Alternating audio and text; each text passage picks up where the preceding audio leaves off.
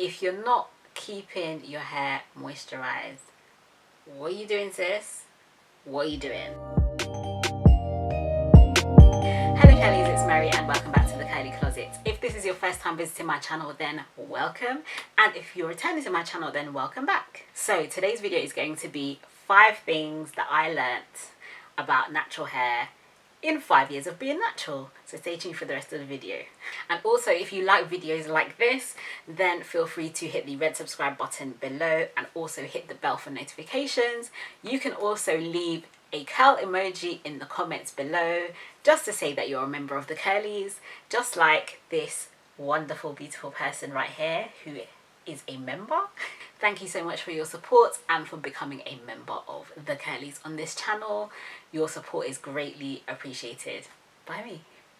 Okay, let's get on with the rest of the video. Number 1.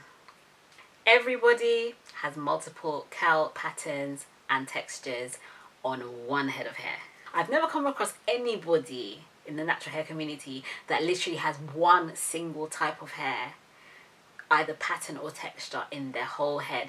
Usually there's a mix, like you have one bit of your hair that's a little bit smoother, you have another part of your hair where your hair is just a bit coarser, some bits of your hair tightly coil on itself, some bits of your hair that are more wavy than curly. For example, with my hair at the back, the very back is the coiliest hair I have.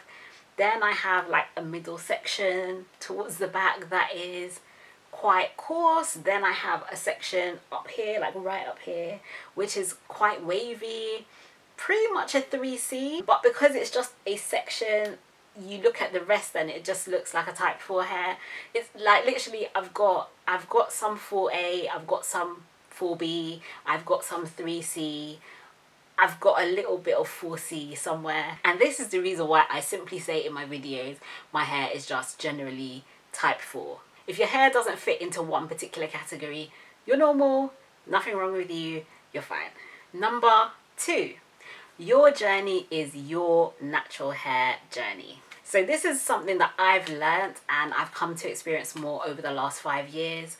Just because it's very easy to kind of say, oh, this person over here is doing this, so let me try it. That person over here is doing that, let me try that.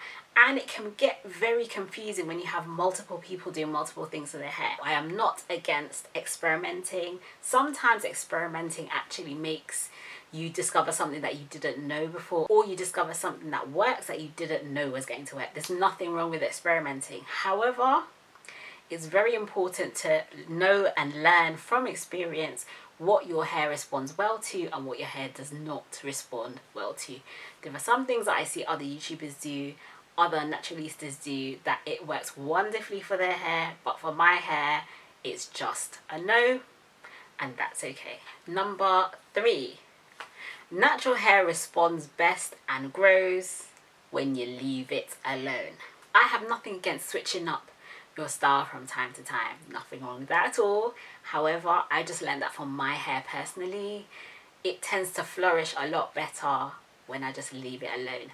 I do not mean neglect it, I just mean don't manipulate it too much. And this is a very, very important point. Some people believe that leaving your hair alone means, for example, putting a protective style in your hair and then not moisturizing it, not sealing it with the oil, not giving your hair or scalp due care and attention for months at a time, and then get annoyed when the hair doesn't grow or breaks off.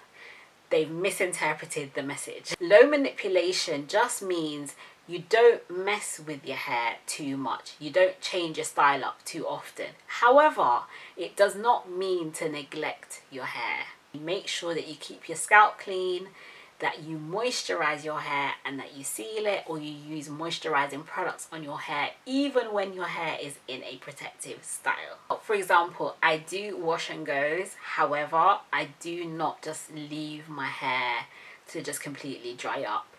I make sure that I use a mister bottle. I mist the ends of my hair regularly. I try to keep my hair hydrated. Number 4, everybody, and I mean everybody, can benefit from a good haircut. I know I know there are a lot of people that are afraid of rogue stylists who are scissor happy. I get it. I completely get it.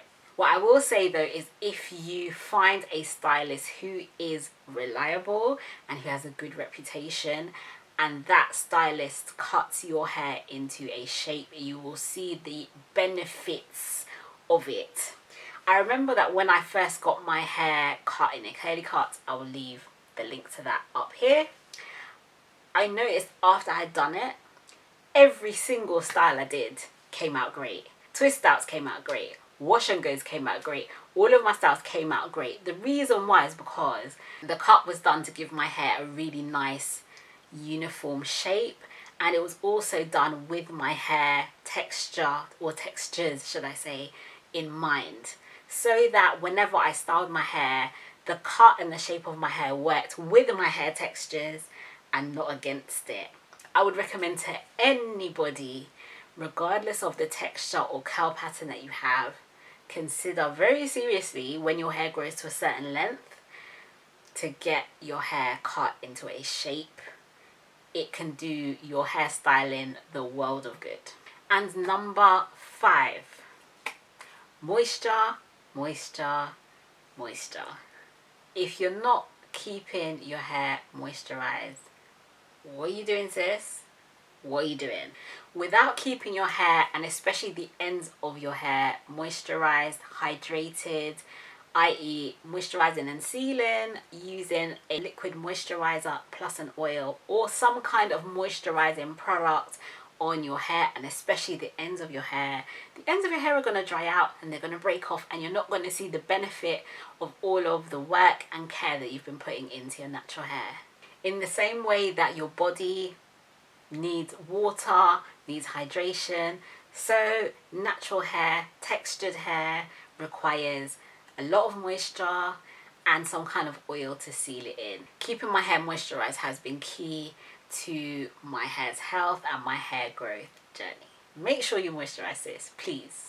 Now, I know for sure I've only given 5, but there are way more natural hair tips than the ones that I've given. So if you have your own hair tips that you found from your hair journey so far, leave them in the comments below and help a sister or brother out. Thank you so much for watching. If you enjoyed this video, then definitely share it with a friend. Comment below, give it a thumbs up. These are all things that help to spread my video around the YouTube universe and get it to more naturalistas who need these tips. If you enjoy videos like this one, then definitely hit the red subscribe button below and hit the bell for notifications. Wishing you health, happiness and beautiful hair. I'll see you again soon. Take care.